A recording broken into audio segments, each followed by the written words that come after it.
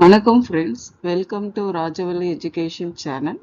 இப்போ இந்த வீடியோவில் நம்ம என்ன பார்க்க போகிறோம்னா, சொலினாய்டில் கரண்ட் பாஸ் பண்ணுறப்போ மேக்னெட்டிக் ஃபீல்டு லைன்ஸ் ஏன் ப்ரொடியூஸ் ஆகுது, என்ன கான்செப்டில் ப்ரொடியூஸ் ஆகுது, அந்த மேக்னெட்டிக் ஃபீல்ட் லைன்ஸோட டைரக்ஷன் என்ன, அதோட இம்பேக்ட் என்ன அப்படின்றத டீட்டெயிலாக பார்க்க போகிறோம்.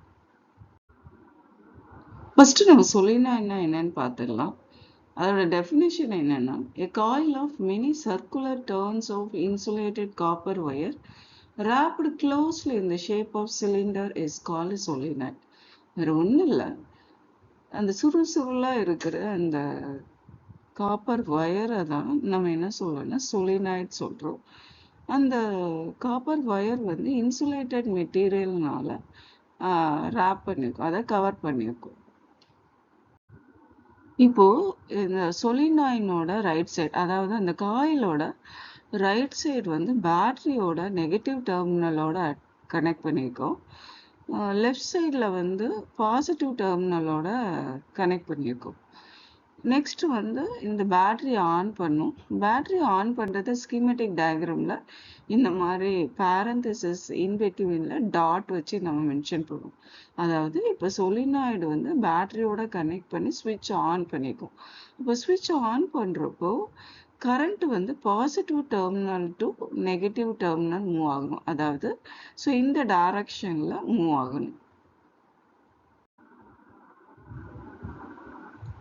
ஸோ இந்த பேட்டரி ஆன் பண்ணதும் கரண்ட்டு பாசிட்டிவ் டெர்மினல்லேருந்து நெகட்டிவ் டெர்மினலுக்கு மூவ் ஆகுது சொலினாய்டு வழியாக. இப்போ காயிலோட ஃபர்ஸ்ட் போர்ஷனில் கரண்ட் மூவ் ஆகுது. இப்போ காயிலில் கரண்ட் பாஸ் ஆகுது. கரண்ட் பாஸ் ஆகுறப்போ மேக்னெட்டிக் ஃபீல்டு லைன்ஸ் ப்ரொடியூஸ் ஆகும். அந்த magnetic field lines right and thumb ரூலில் ஃபாலோ ஆகுன்றது நமக்கு தெரியும் இல்லையா? அதை தான் நம்ம இப்போ பார்க்க போகிறோம்.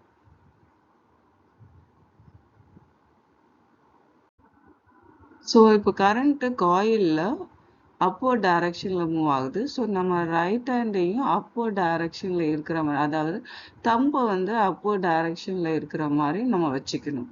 அப்போது கரண்ட்டோட டைரக்ஷனும் தம்போட டைரக்ஷன், ரைட் ஹேண்டோட தம்போட டைரக்ஷனும் சேமாக இருந்ததுன்னா மேக்னெட்டிக் ஃபீல்டு லைன்ஸோட டைரக்ஷன் அதர் ஃபிங்கர்ஸோட டைரக்ஷனில் ஓரியன்ட் ஆகிருக்கும். அதை தான் இப்போ நீங்கள் கிளியராக பார்க்குறீங்க. ஸோ இப்போ மேக்னெட்டிக் ஃபீல்டோட லைன்ஸோட டைரக்ஷன்ஸ் வந்து ஆன்டி கிளாக்வைஸ் டைரக்ஷனில் இருக்கு.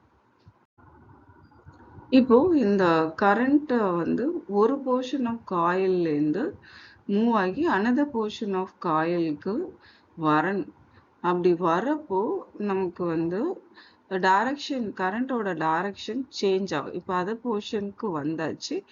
இப்போ இதோட டைரக்ஷன் வந்து டவுன்வர்ட் டைரக்ஷன்ல இருக்கு.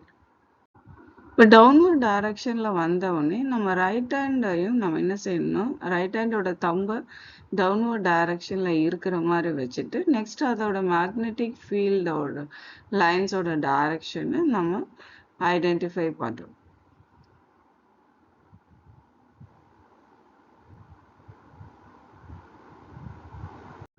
இப்போ ரைட் ஹேண்டோட தம்போட டைரக்ஷனும் கரண்டோட டைரக்ஷனும் டவுன்வர்ட் டைரக்ஷன்ல இருக்கிறதுனால மேக்னெட்டிக் ஃபீல்ட்ஸோட டைரக்ஷன்ஸ் வந்து அதர் ஃபிங்கர்ஸோட டைரக்ஷன்ல ஓரியன்ட் ஆயிருக்கும்.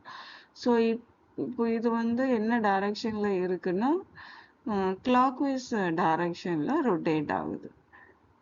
ஸோ ப்ரீவியஸாக அப்வர்ட் டைரக்ஷனில் இருக்கிறப்போ மேக்னெட்டிக் ஃபீல்டு லைன்ஸ் வந்து ஆன்டி கிளாக்வைஸ் டைரக்ஷன்லேயும் டவுன்வர்ட் டைரக்ஷனில் இருக்கிறப்போ கிளாக்வைஸ் டைரக்ஷன்லேயும் ஓரியன்ட் ஆகிறது நம்ம கிளியராக பார்க்கலாம். இப்போ இது வரைக்கும் எப்படி என்ன பார்த்தோம்னா, இப்போ கரண்ட் வந்து ஒரு சர்க்குலர் காயிலில் அப்வர்ட் டைரக்ஷனில் மூவ் ஆகுறப்போ மேக்னெட்டிக் ஃபீல்ட் லைன்ஸ் எப்படி ப்ரொடியூஸ் ஆச்சு, டவுன்வர்ட் டைரக்ஷன் அதாவது கரண்ட் டவுன்வர்ட் டைரக்ஷனில் இருக்கிறப்போ மேக்னெட்டிக் ஃபீல்ட் லைன்ஸ் எப்படி ப்ரொடியூஸ் ஆச்சுன்னு பார்த்தோம் இல்லையா? இந்த மாதிரி ஒவ்வொரு காயில், சர்க்குலர் காயிலையும் இது ட்ராவல் பண்ணணும். இந்த கரண்ட் வந்து ட்ராவல் பண்ணணும். அப்படி ட்ராவல் பண்ணி வர்றப்போ வர்ற மேக்னெட்டிக் ஃபீல்ட் லைன்ஸ் எல்லாத்தையும் நம்ம என்ன பண்ணணும், ஆட் பண்ணணும். இப்போ இந்த மேக்னெட்டிக் ஃபீல்ட் லைன்ஸோட டைரக்ஷன்ஸ்லாம் ஆட் பண்ணால் நமக்கு இப்படி ஒரு இமேஜ் கிடைக்கும். இப்போ இந்த காயிலோட இன்சைடில் பார்த்தோன்னா மேக்னெட்டிக் ஃபீல்ட் லைன்ஸோட டைரக்ஷன் வந்து சேமாக இருக்கும். அதாவது மேக்னெட்டிக் ஃபீல்ட் லைன்ஸ் வந்து வெளியிலேருந்து உள்ளார போகிற மாதிரி இருக்கும். ஸோ அது எப்படி இருக்கும்னா, நார்மல் மேக்னெட்ஸில் சவுத் சைட்லேருந்து நார்த் சைடுக்கு மேக்னெட்டிக் ஃபீல்ட் லைன்ஸ் மூவ் ஆகுற மாதிரி இருக்கும்.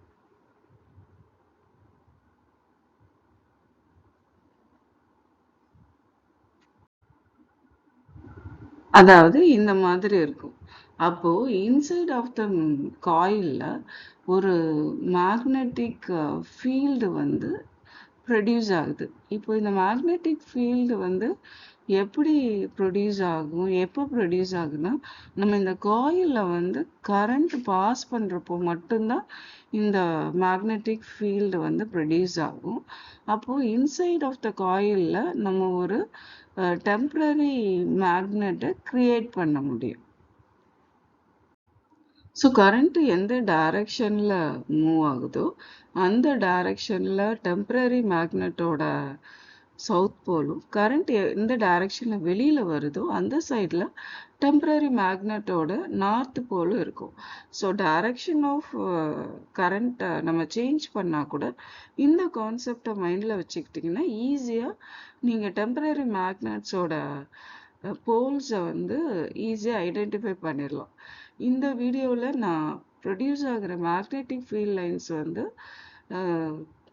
ஐ மீன் அப்வர்ட் டைரக்ஷன், டவுன்வர்ட் டைரக்ஷனில் ஒரே ஒரு சர்க்குலர் மேக்னெட்டிக் ஃபீல்ட்ஸ் தான் நான் ட்ரா பண்ணியிருக்கேன். ஏன்னா உங்களுக்கு தெளிவாக புரியணுன்றதுக்காக அதை நான் சூஸ் பண்ணேன். இந்த மாதிரி number of magnetic field lines produce ஆகும் ஆக்சுவலாக. இந்த வீடியோ உங்களுக்கு ரொம்ப யூஸ்ஃபுல்லாக இருந்திருக்குன்னு நினைக்கிறேன். தேங்க்யூ.